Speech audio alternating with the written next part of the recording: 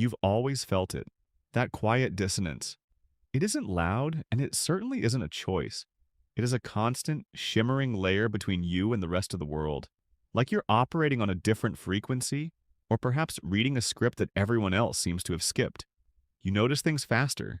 You deconstruct patterns before others have even identified the shape. You arrive at conclusions while the room is still debating the premise. At first in childhood, it felt like an advantage, a spark. But as the years pass, that advantage begins to feel like distance. You sit in conversations and you wait. Not because you are shy, but because your brain already ran the simulation. You've mapped the outcome, predicted the responses, and accounted for the variables. While others are in the moment, you are already at the end. And that makes it incredibly hard to stay engaged. For the gifted mind, words are never just words. They are layered structures. You analyze tone, timing, and intent. You hear what isn't being said. You see the contradictions in real time. This isn't a skill you turn on. It's an automatic baseline. People call this overthinking, but for you, that term is a misunderstanding. It isn't overthinking, it is the natural processing speed of your hardware. Your brain refuses loose ends. It demands precision. Think about your last meaningful interaction. You didn't just hear the sentences, you analyzed the micro expressions. You noticed the slight hesitation before they answered. You saw the gap between their logic and their emotion. And even after it ended, you replayed it. Not out of insecurity, but because your brain is an optimizer. It is looking for the truth hidden beneath the social pleasantry. Your mind is not a static library, it is a real-time simulation engine. When you walk into a room, you aren't just seeing furniture and people. You are subconsciously calculating the trajectory of conversations, the power dynamics of the group, and the structural integrity of the ideas being presented. This is the baseline, a high-velocity background process that consumes massive amounts of cognitive glucose even when you are resting. The gifted brain has a low tolerance for cognitive dissonance and loose ends. While others can hear a contradictory statement and let it pass for the sake of social harmony, your baseline demands resolution. You don't replay conversations because you are sensitive. You replay them because your brain is trying to solve the code of the interaction. You also develop a burden for pattern recognition. You see the end of the movie 20 minutes in. You see the failure of a business strategy months before it happens. The baseline makes the future feel like a spoiler, which often leads to a profound sense of boredom or impatience with the present. Now, here's the signal to noise crisis. Because your baseline is so sensitive, normal environments often feel like sensory overload. Small talk, repetitive tasks, and inefficient systems aren't just annoying, they are noisy. Your brain is trying to find a signal, depth, logic, truth, in a sea of static. When you disengage, it's a protective measure to stop the hardware from overheating. People with high IQ are also usually the scapegoat of intelligence. There is a psychological burden to being the perpetual observer. From a young age, high IQ individuals are often tasked with being the problem solvers. You become the one who should know better. You handle the complexity so others don't have to. But this creates a profound emotional vacuum.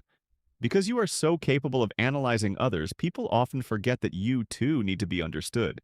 You become the mirror, but you are rarely the one seen. This leads to functional isolation. You are highly capable, highly respected, and yet fundamentally alone. Connection for you isn't about proximity, it's about alignment. This brings us to the invisible labor of competence. In any system, family, social circle, or workplace, the most intelligent person often becomes the de facto stabilizer. Because you see the patterns, you naturally step in to fix the chaos before it happens.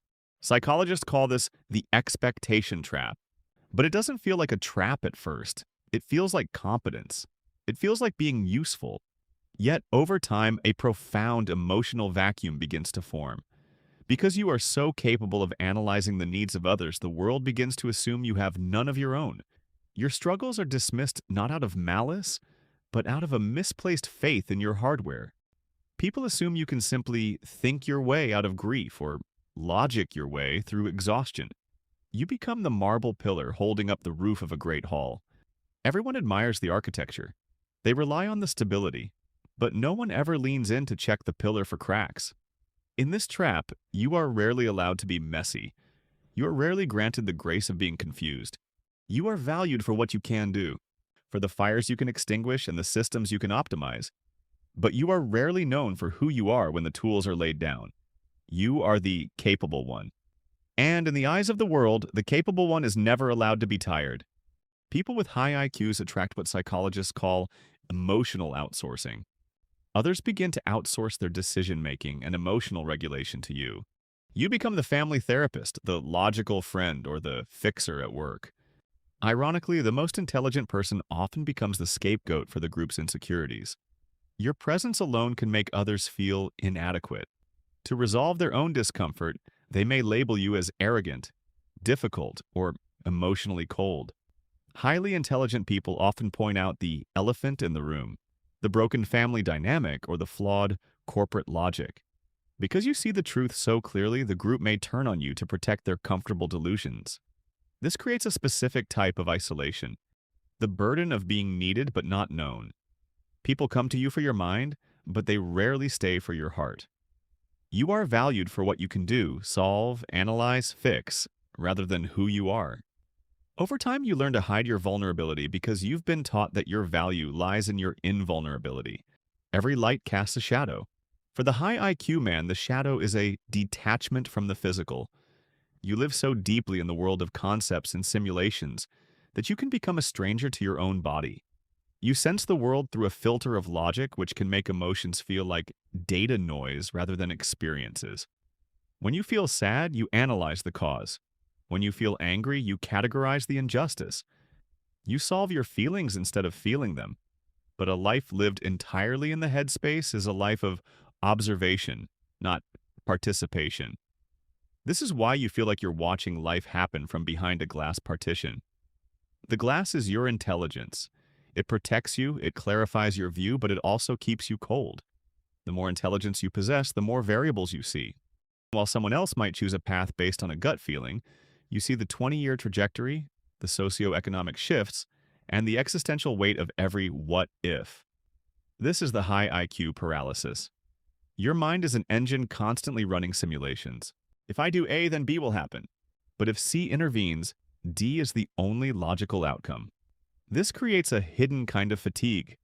You don't burn out from doing too much. You burn out from processing too much. Your body might be still. You might be sitting in a chair, staring at a wall, but your mind is at a full sprint. You are burning cognitive fuel at a rate most people will never understand. When was the last time your mind was actually quiet? Because the world feels chaotic and irrational, many gifted men retreat into the sanctuary of systems. Coding, mathematics, philosophy, deep research. These are the places where the rules actually work, where input equals output.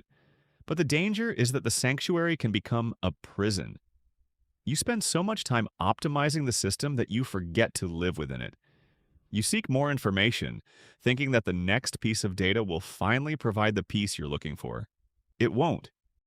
Peace doesn't come from more information. It comes from sovereignty. It comes from realizing that your mind is a tool for your life, not the other way around. Right now, your mind is leading you. To change this, you must become the sovereign observer. First, you need to control the loop. Not every thought deserves your attention. Just because your brain generates a what if doesn't mean you have to chase it. Second, you need to limit unnecessary depth. Not every conversation needs to be profound. Some moments are just human. Stop demanding depth from people who only have a surface to offer.